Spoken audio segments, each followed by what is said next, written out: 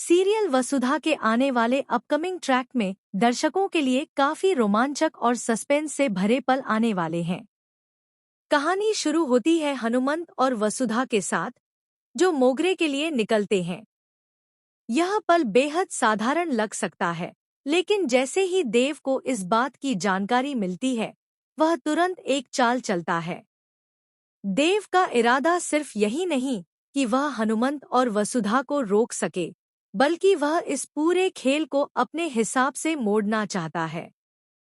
देव हनुमंत और वसुधा के पास जाकर उन्हें बताता है कि मासा ने अब उनकी शादी के लिए मान ले लिया है।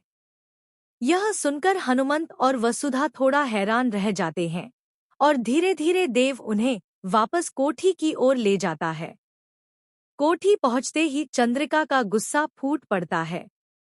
वह पहले हनुमंत को चिल्लाती है, फिर वसुधा को। लेकिन यहाँ कहानी में ट्विस्ट यह आता है कि देव ने जो चाल चली थी, वह इतनी बड़ी और जटिल होती है कि न हनुमंत समझ पाता है, न वसुधा और न ही चंद्रिका।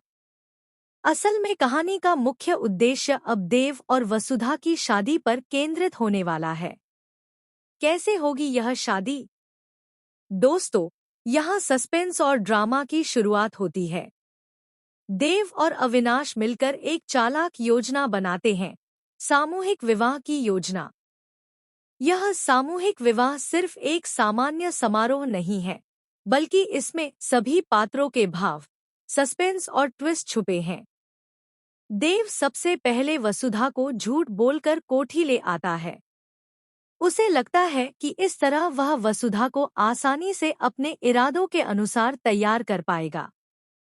लेकिन जैसे ही वसुधा को पता चलता है कि अविनाश और देव ने मिलकर सामूहिक विवाह की योजना बनाई है, वह तुरंत विरोध कर देती है। वह कहती है कि वह माला को धोखा देकर इस शादी में हिस्सा नहीं ले सकती। उसका दिल साफ है और वह ईमानदारी के साथ इस पूरे खेल से बाहर रहने का फैसला करती है। लेकिन देव का धैर्य और जिद दोनों बहुत ही मजबूत है। वह वसुधा को समझाता है, मनाता है और आखिरकार उसे मान ही लेता है। इस तरह फाइनली देव और वसुधा की शादी सामूहिक विवाह समारोह में होने वाली है। इस शादी की खासियत यह है कि आशीर्वाद उन्हें चंद्रिका का मिलेगा, जो आगे आने वाले ट्रैक के लिए कई नई उलझनें पैदा करेगा। शादी के बाद कहानी में बड़ा ट्विस्ट देखने को मिलेगा। वसुधा दुल्हन बनकर घर लौटेगी, लेकिन उसके साथ ड्रामा का नया सत्र शुरू हो।